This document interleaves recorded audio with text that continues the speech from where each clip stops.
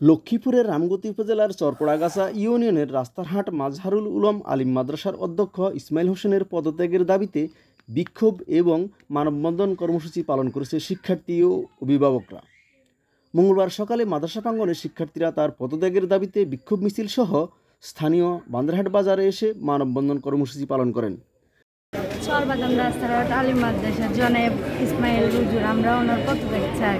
উনি রাতের আধারে কমিটি গঠন করেছে, রাতের আধারে উনি ম্যাগনেট সরিয়ে ফেলেছে। আমাদের ম্যাডামের সাথে ওনার নারী কেলেঙ্কারি যোগ রয়েছে। আমরা ওনার পদত্যাগ চাই। দ্বিতীয় দিনের মতো বুধবার সকালে মাদ্রাসার শিক্ষার্থীরা উপজেলা কার্যালয়ের সামনে এসেও একই কর্মসূচি পালন করেন। এ সময় শিক্ষার্থীদের একটি প্রতিনিধি দল উপজেলা নির্বাহী অফিসারের মাধ্যমে জেলা প্রশাসক বরাবর অধ্যক্ষের পদত্যাগ চেয়ে একটি স্মারকলিপি প্রদান করেন।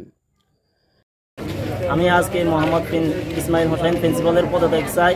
উনি আমাদের মাদ্রাসার নিয়োগ বাণিজ্য নিয়ে খেলতেছে। উনি আমাদের শিক্ষা ছাত্রদের অধিকার দিচ্ছে না। উনি মাদ্রাসায় নারী কেলেঙ্কারি করতেছে। আমাদের মাদ্রাসার ম্যাগনেট ছিল অনেকগুলা, 2টা ম্যাগনেট ছিল বজ্রপাতের। ওই ম্যাগনেটগুলো উনি চুরি করে নিয়ে বিক্রি করে দিয়েছে। আমরা এখন ছাত্ররা নিরাপদ না ওই ভবনে, বিল্ডিংয়ে।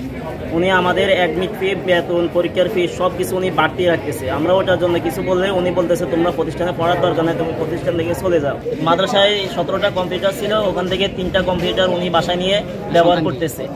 আমরা মাদ্রাসায় শিক্ষার্থীরা ল্যাব কম্পিউটারে আমরা সুযোগ পাচ্ছি না। শিক্ষার্থীরা জানান, সরকার পতনের পর থেকে অধ্যক্ষ ইসমাইল হোসেন ও কম্পিউটার অপারেটর হারুন মাদ্রাসায় অনুপস্থিত রয়েছেন। শিক্ষার্থীরা এ দুজনের পদত্যাগ দাবি করে বিভিন্ন স্লোগান দেন।